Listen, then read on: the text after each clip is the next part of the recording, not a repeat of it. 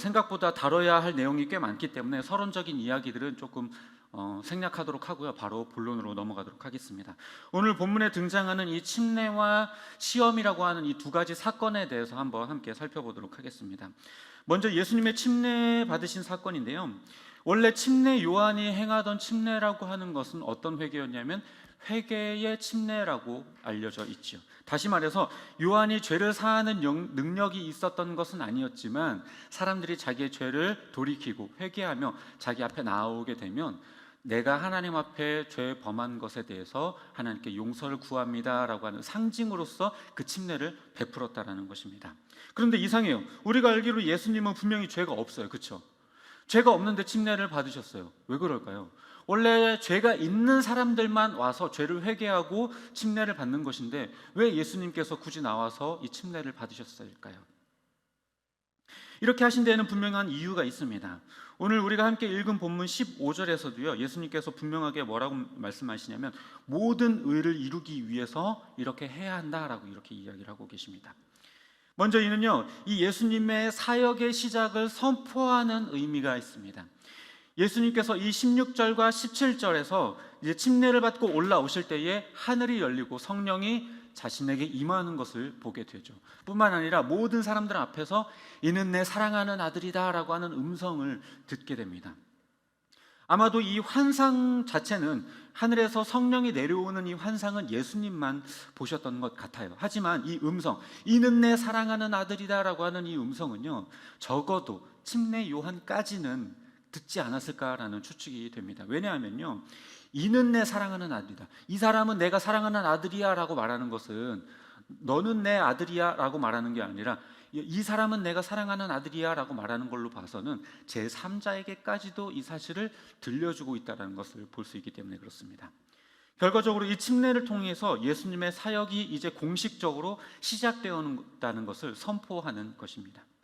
또 이 침례는요, 예수님의 이 사역의 성격을 말해주는 것이기도 해요. 침례 요한의 침례가 회개의 침례라고 하는 것을 상징을 갖는다고 말했는데요, 결과적으로 예수님께서도 이 침례를 받으심으로 인해서 이 침례 요한의 그냥 회개의 상징적인 침례가 아니라 실질적으로 죄를 사하는 예수 그리스도의 그 사역에 대해서 보여주는 사건이라는 것입니다.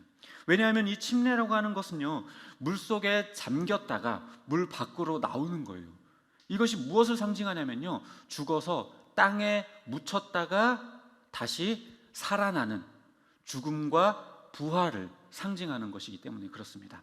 따라서 이 예수 그리스도의 이 침례가 결국에 십자가의 죽음과 부활을 상징하는 것이기 때문에 결과적으로 예수님의 사역을 예표하는 것, 즉 예수님께서 죽으시고 다시 부활하셔서 우리를 구원하시게 될 것, 우리들의 죄를 용서하시게 될 것에 대한 상징으로서 이 침례가 의미가 있는 것입니다. 그리고 또 예수님의 이 침례는요, 침례의 의미를 바꾸시기 위한 것이기도 해요. 침례 요한의 침례는 그저 회개를 위한 침례였지만요, 이 예수님께서 침례를 받으심으로 인하여서 이제 이후로부터, 예수님 이후로부터 침례를 받는 모든 사람들이 예수 그리스도의 죽음과 부활이라고 하는 이 사건에 참여하는 자가 되는 것입니다. 다시요, 예수님께서 침례를 받으심으로 인하여서 예수님의 십자가와 부활을 상징한다라고 말씀을 드렸었죠. 그런 것처럼 우리가 이제 침례를 받게 되면 예수님께서 경험하셨던 그 십자가의 죽음과 부활을 우리도 그것에 참여하게 된다는 거예요. 이것을 통해서 예수 그리스도와 함께 우리가 연합의 의미를 갖게 되는 것입니다. 주님이 내 안에, 내가 주님 안에 거하게 되는 이 놀라운 역사를, 그것을 상징으로서 이 침례의 그 성례전 가운데 담게 되었다는 거예요. 그래서 요한의 침례까지는 회개의 침례에 머물렀지만 예수님의 침례를 통하여서 이 침례의 의미가 더 확장되어서 연합의 침례로까지 연결되어졌다는 것입니다. 다음으로는요, 광야의 시험에 관한 이야기입니다. 예수님은 침례를 받으신 이후에 이제 광야에서 40일 동안 금식을 하셨어요. 그러니 얼마나 배가 고프고 몸도 지치고 힘들었을까요? 굉장히 피곤한 상태였을 겁니다. 그런 예수님 앞에 이 악마가 나타나서 이 세 가지 시험을 하게 되는데요, 첫 번째는 돌을 가지고 빵을 만들어 봐라 라고 하는 시험이었습니다. 40일 동안 아무것도 먹지 않았으니 얼마나 배가 고팠을까요? 그런 예수님에게 너는 하나님의 아들이지 않냐? 너가 하나님의 아들이라고 한다면 이 돌 가지고 빵을 만드는 거 아주 쉬운 일 아니냐? 그걸 해가지고 먹어라. 이렇게 유혹을 하고 있는 것이죠. 예수님의 그런 상황을 이용해서 자기의 개인적인 욕망을 위해서 신적인 능력을 활용하라고 유혹하고 있는 겁니다. 하나님께서 예수 그리스도를 보내셨던 이유, 예수님께서 이제 사역을 시작하시려는 이유는요, 자기의 능력을 가지고 자기의 개인의 영달을 위해 사용하려는 것이 아니었어요. 하나님의 뜻을 위하여서 많은 사람들을 구원하기 위한 목적으로 예수님께서는 이 땅에 오셨던 겁니다. 그런데 이 개인적인 욕망을 위해서 이 공적인 능력을 사용함으로 인하여서 이 사역의 본질을 흐트러뜨리려고 하는 악마의 시험이었던 거죠. 하지만 예수님께서는 말씀으로 그 시험을 이겨내셨고 자기의 본능을 절제하셔서 이겨내셨습니다. 두 번째로 악마는요, 이제 성전 꼭대기로 예수님을 데려가서 야, 너가 하나님의 아들이거든 한번 뛰어내려봐. 성경에도 기록되어져 있잖아. 아마 천사들을 하나님께서 보내주셔서 너를 털끝 하나도 상하지 않게 할 거야 라고 하면서 유혹합니다. 이거는요, 만약에 예수님께서 뛰어내렸다가 받아주지 않으면 어떻게 될까요? 받아주지 않았다면, 몸이 상하게 된다면 하나님의 아들이라고 하는 그 정체성에 대해 상당한 금이 가는 일이 될 거예요. 하지만 반대로 만약에 정말로 천사가 예수님을 받들어 줬다고 한다면 어떻게 될까요? 그것은 하나님의 아들이라고 하는 이 정체성에 대한 자만심으로 아마 바뀌게 될지도 모릅니다. 물론 예수님이기 때문에 그럴 리는 없겠지만요. 게다가요, 이것은요, 하나님의 사랑에 대한 의심을 갖게 만드는 일이에요. 하나님의 아들이거든 해봐. 받아주지 않겠어? 너를 사랑하는 분인데 받아주지 않겠어? 그러니까 마음속에 정말 그럴까? 정말 그렇게 되지 않으면 어쩌지? 라고 하는 의심을 갖게 만드는 유혹이었던 거죠. 하지만 예수님께서는 이 악마의 시험을 알고 있었기 때문에 또다시 말씀으로 그 유혹을 떨쳐내셨습니다. 마지막으로 악마는요, 이 예수님을 높은 산으로 데려가서 나에게 절을 하게 된다면 이 세상에 네 눈에 보이는 모든 권력과 명예와 영광을 너에게 다 주겠다, 이렇게 유혹을 하게 됩니다. 이제 메시아로서 이런 공적인 사역을 시작하려고 하는 예수님에게 이 물질과 명예와 권력과 이 수많은 것들을 내어밀어서 이 사명감을 잃어버리고 휘황찬란한 것들의 시선을 빼앗기도록 만들려고 하는 시험이었던 거죠. 그러나 여기에서도 마찬가지로 예수님께서는요, 말씀으로 그 유혹을 이겨내셨습니다. 그렇게 세 가지 시험이 지나고 악마는 떠나갔고요, 이제 천사들이 예수님을 시중들게 됩니다. 이렇게 예수님께서 본격적인 사역을 시작하기 이전에 침례와 이 시험이라고 하는 이 두 가지 사건을 통하여서 이제 공적인 사역을 선포하시면서 하나님의 자녀로서, 메시아로서, 하나님의 아들로서의 그 정체성을 분명하게 증명하셨습니다. 이제는요, 이 말씀을 통해서 우리의 신앙을 한번 점검해 보기를 원합니다. 저와 여러분 중 몇 분을 제외하고는요, 아마 대부분 세례 혹은 침례를 받으셨을 거예요. 하지만 그렇게 침례의 의미를 엄중하게 받아들이고 침례를 받으신 분은 죄송하지만 그렇게 많지 않을 것 같습니다. 아마도 교회에서 부목사님이 강요해가지고 지금 오늘 명단 넣어야 돼요, 제발 꼭 받아주세요 해가지고 교회의 반강제에 의해서 받으셨거나, 아니면 대학 입시와 같은 어떤 중요한 사건을 위해서 받으셨거나 이러지 않았나요? 물론 이거는요, 분명 저와 같은 목사들의 잘못입니다. 뭔가 아마도 말씀을 듣고 그 말씀으로 인해서 변화되는 어떤 누군가가 침례를 받게 되는 그런 모습을 빨리 보고 싶어하는 목사들의 그런 조급함 때문이 아닐까라는 생각도 좀 듭니다.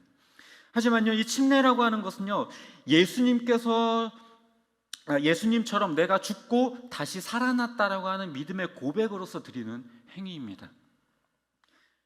이제 세상과의 연을 끊어버리고 그리스도와 내가 연합되어서 주님이 내 안에, 내가 주님 안에 거하게 되었다라고 하는 이 연합에 대한 믿음의 고백으로서 드리는 것이 이 침례예요.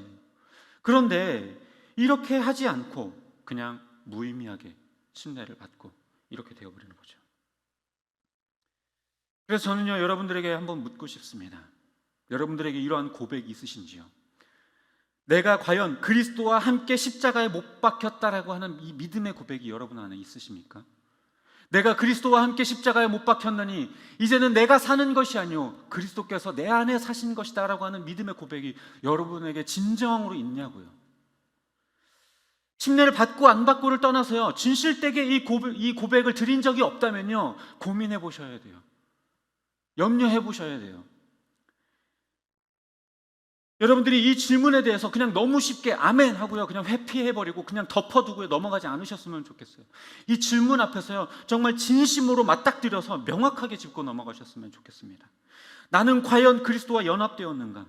나는 과연 예수 그리스도의 십자가가 내 것이 되는 경험을 하였는가?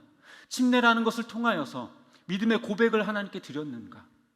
주님이 내 안에 거하시고 내가 주님 안에 거하는 이 놀라운 역사를 내가 경험하였는가?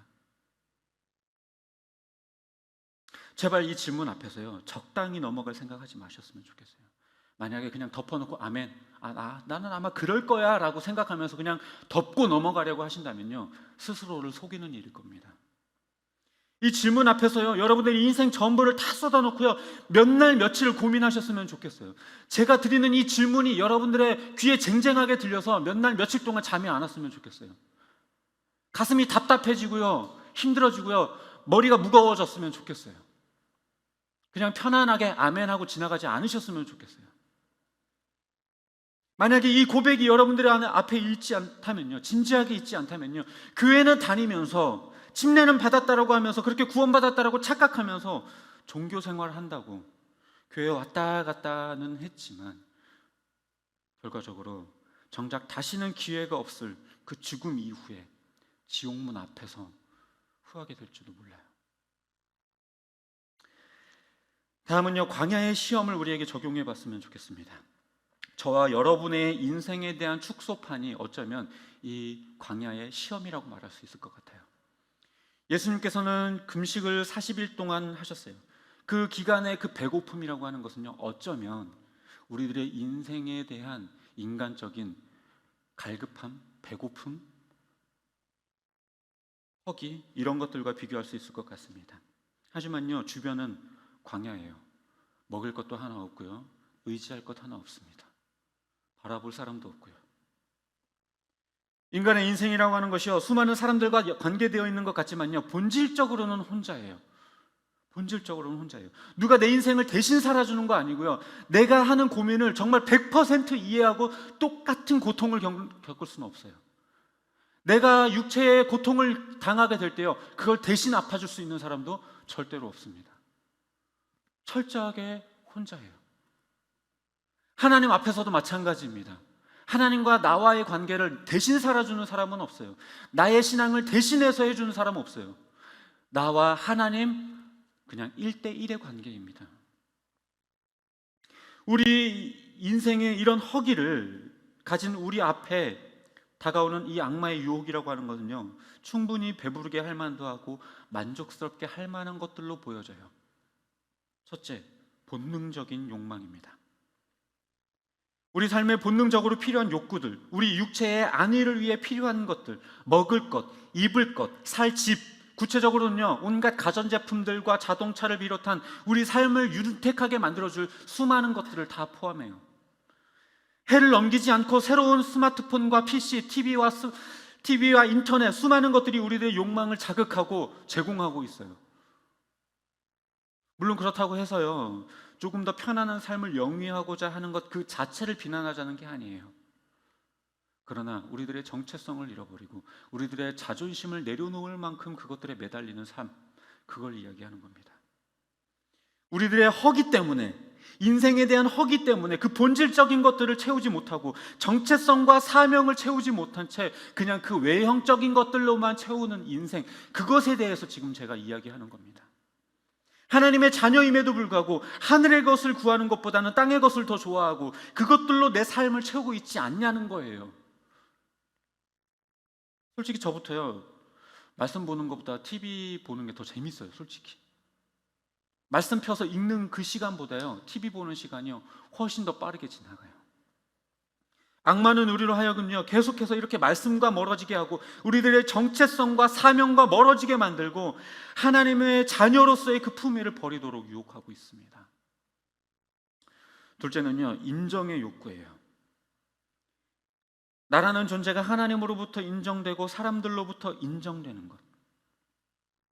악마는 우리들에게 이렇게 유혹합니다. 야, 너가 하나님의 자녀가 맞아? 너 이렇게 찌질하게 살고 가난하게 살고 힘들게 사는데 네가 하나님의 자녀가 맞아? 하나님이 너 사랑하는 게 맞아? 야, 하나님이 널 사랑한다면 너 어떻게 이렇게 살고 있으냐?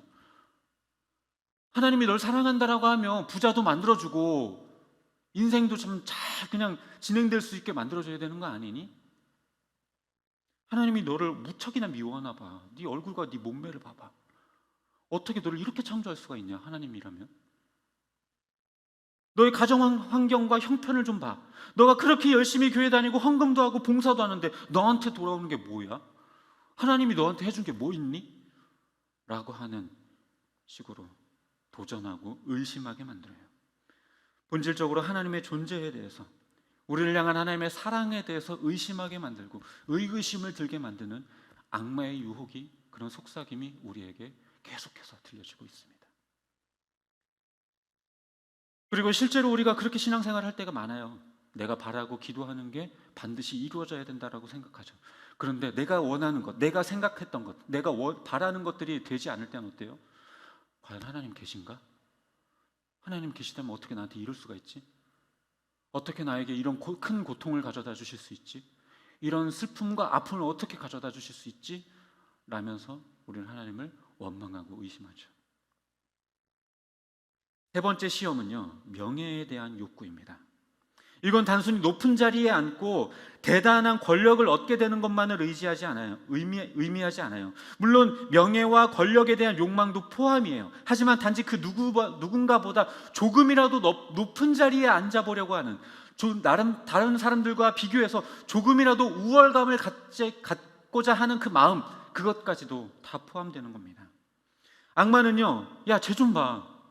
어떻게 목사라는 사람이, 전도사라는 사람이, 장로, 권사, 집사라고 하는 사람이 어떻게 저러냐? 적어도 너는 그렇지 않잖아. 넌 저렇게는 안 하잖아. 라고 하면서 다른 사람과 비교하게 만들어요. 또 교회 안에서 헌금도 많이 하고 봉사도 많이 하고 사람들로부터 아, 대단하다. 어떻게 집사님 참 대단하세요. 권사님 참 대단하세요. 아, 목사님, 전도사님 참 대단하세요. 이런 얘기를 듣고 싶어 하죠. 이게 바로 명예에 대한 욕구예요. 비교적 짧게 이야기하기는 했지만요, 생각보다 이런 문제들은요, 우리들의 생각을 지배하고 흔들어버려요. 광야와 같은 인생 가운데서 지탱할 게 아무것도 없어요. 바라올 것도 없어요. 그 누구를 의지할 수도 없는 그런 상황 가운데서 악마가 우리들에게 유혹하는 이 세 가지 메시지는요, 우리들의 삶을 뒤흔들 만큼 상당히 유혹적인 것입니다. 그런데요, 이럴 때에, 이런 순간에 우리가 이런 유혹들을 떨쳐내고 이겨낼 수 있는 힘은 무엇인가? 바로 말씀뿐입니다. 예수님께서도요, 이 시험들 앞에서요, 자기의 능력이나 자기의 지식을 가지고 그것을 떨쳐내시지 않으셨어요. 다른 것들을 의지하신 게 아니라 하나님의 말씀을 가지고 그 시험들을 이겨내셨습니다. 예수님인데도 불구하고. 세상은 수많은 가치관에 대해서 이야기해요. 너가 네 인생의 주인이야. 그 누구도 너의 그 자유와 너의 그 가치관을 빼앗을 수 없어. 흔들 수 없어. 너가 원하는 것이 진리야. 세상의 가치관들은요, 그런 도처에 깔려 있어요. TV, 영화, 책, 광고, 음악 등등 문화라는 이름으로, 때로는 상식과 학문이라는 이름으로 바꾸어서 이야기하기도 해요. 그뿐만 아니에요. 말씀을 통해서, 성경 구절을 통해서, 혹은 기독교 사상을 가지고 말할 때도 있어요. 오늘 본문에서 보면요, 오늘 6절에서도 분명히 보여주고 있지만요, 이 악마도요, 예수님을 시험할 때 성경 구절을 이용하고 있습니다. 물론 이 악마의 구절은, 악마가 인용했던 성경 구절은 조금 잘못된 해석과 이해를 바탕으로 인용된 것이긴 하지만요, 이럴 때 우리가 명확하게 그 가치관들을 깨뜨리고 바로 서게 해줄 힘은요, 말씀뿐이에요. 물론 이 말씀이라는 것이 그냥 사탄처럼 잘못된 해석과 잘못된 이해에 기반된 것이 아니라 정말로 바른 이해와 바른 해석에 기반된 말씀이어야 하겠죠. 성경은요, 이만희도 이용하고요, 장길자도 이용합니다. 다 이용해요. 바르게 우리가 얼마나 하나님의 말씀을 바르게 이해하는가, 이게 중요한 것이 말씀을 알고 있다는 게 중요한 게 아닙니다. 그리고요, 우리가 오해하지는 말았으면 좋겠어요. 우리가 단 한 번 말씀으로 그 유혹을 떨쳐냈다고 해서요, 우리 안에서 그 유혹이 완전히 사라지는 게 아니에요. 그 유혹들은요, 그 욕망들은요, 우리 안에서 매일같이 꿈틀대고요, 조금만 흐트러지면 금세 잡초처럼 자라나서 숲을 이루고요. 밭을 일굴 때요, 매일같이 잡초를 뽑고 제거해 줘야 돼요. 이게요, 굉장히 지난한 일이에요. 이거를 매일같이 해주지 않으면요, 어느새 나도 모르는 사이에 잡초가요, 풀이 되고요, 언젠가는 나무가 되어버려요. 그렇게 크게 자랍니다. 이 죄라고 하는 것, 이 욕망이라고 하는 것도요, 마찬가지예요. 하루라도 게을리하지 않으면, 하루라도 우리가 말씀 앞에 서지 않으면요, 어느샌가 잡초처럼 이 욕망이 자라나서요, 그냥 자기 합리화를 하면서 나중에는요, 이 풀처럼 자라는, 나무처럼 자라는 이 잡초를 보면서 그냥 합리화하면서 잡초를 키워요. 그렇게 되는 겁니다. 말씀을 정리합니다. 예수님께서 받으신 이 침례와 시험, 이건 어쩌면 우리 인생에 대한 축소판이고 신앙에 대한 요약인지도 모르겠어요. 그리스도와의 그 연합에 대한 확실하고 명확한 대답이 나에게 있는가? 광야에서 굶다가 눈이 돌아갈 정도로 화려하고 멋진 그 수많은 세상에 둘러싸여서 내 정체성과 자존심과 사명과 소명을 잃어간 채 그렇게 세상의 흐름 따라서 흘러가고 있지는 않은가? 이 질문은 아주 중요합니다. 그냥 덮어두고요, 나중으로 미룰 문제가 아니에요. 내가 과연 그리스도와 연합되었는가? 이 질문에 대해 신앙적 경험에 비추어서 확실하게 답할 수 없다면요, 조금이라도, 아주 조금이라도 여러분들의 마음 가운데 아니면 어쩌지? 라고 하는 게 걸리는 게 있다면 애통하십시오. 기도하십시오. 매달리십시오. 회피하려고 하지 말고, 지나치려고 하지 말고, 덮어두고 그냥 지나가려고 하지 말고, 머리가 뽀개지도록, 가슴이 아프고 잠이 안 올 정도로 고민하고 염려하고 걱정하셔야 돼요. 제가 여러분들에게 드리는 이 질문을 그냥 넘기지 마세요. 회피하려고 하지 마시고요, 또 슬퍼하고 또 슬퍼하셨으면 좋겠어요. 제가 드렸던 이 질문이 정말 여러분들을 아프게 했으면 좋겠어요. 여러분들의 머리를 아프게 했으면 좋겠고, 여러분들의 가슴을 아프게 했으면 좋겠고요, 여러분들의 삶이 어지러워지게 만들었으면 좋겠어요. 과연 내가 예수 그리스도와 연합되었는가? 주님이 내 안에 거하시고 내가 주님 안에 거하고 있는가? 나는 과연 이 수많은 시험들 가운데서 나의 정체성과 나의 자존심과 나의 사명을 지켜가면서 하나님의 그 뜻 가운데 온전히 말씀으로 승리해 나가고 있는가? 이 질문 앞에 여러분들이 확실하게 대답할 수 없다면요, 어쩌면 아직도 구원받지 못한 상태에 있는지도 모르겠습니다. 진심으로 이 질문이 여러분 귀에 쟁쟁하고 또 생각나서 여러분들을 괴롭히고 여러분들의 가슴을 답답하게 만들었으면 정말 정말 좋겠어요. 예수님께서도요, 만약에 이 침례와 시험이 없으셨다면 어쩌면 공생애의 사역이 시작되지 않았을지도 몰라요. 물론 그럴 리는 없겠지만, 뒤집어서 말하자면 예수님께서 사역을 시작하기 이전에 이 침례와 시험, 이것은 반드시 필요한 일이었었다라는 거예요. 이 길을 지나가셨기 때문에 명확한 목적과 사명을 가지고 흔들리지 않으면서 그 십자가를 향해 가실 수 있었다라는 거예요. 여러분들 이 질문에 답할 수 없다라면요, 이제까지 그냥 종교적 행위를 해온 것이지 구원받은 자녀로서의 신앙생활을 한 게 아닐지도 몰라요. 가슴을 치면서 고민하셨으면 좋겠어요. 회피하려고 하지 마세요. 그냥 덮어두고 아니 난 그럴 거야 라고 하면서 그냥 적당히 넘기지 마세요. 이번 한 주 동안 정말로 이것이 여러분들의 머릿속에서 떠나지 않으셨으면 좋겠습니다. 이 질문이, 나는 과연 주 안에 거하고 있고 주님은 내 안에 거하고 있는가? 나는 주님과 연합되었는가? 나는 이 시험들 앞에서 말씀으로 승리하고 있는가? 바라기는 이 질문 앞에 몇 날 며칠 고민하게 되는 저 여러분이 되시길 주님의 이름으로 축복합니다.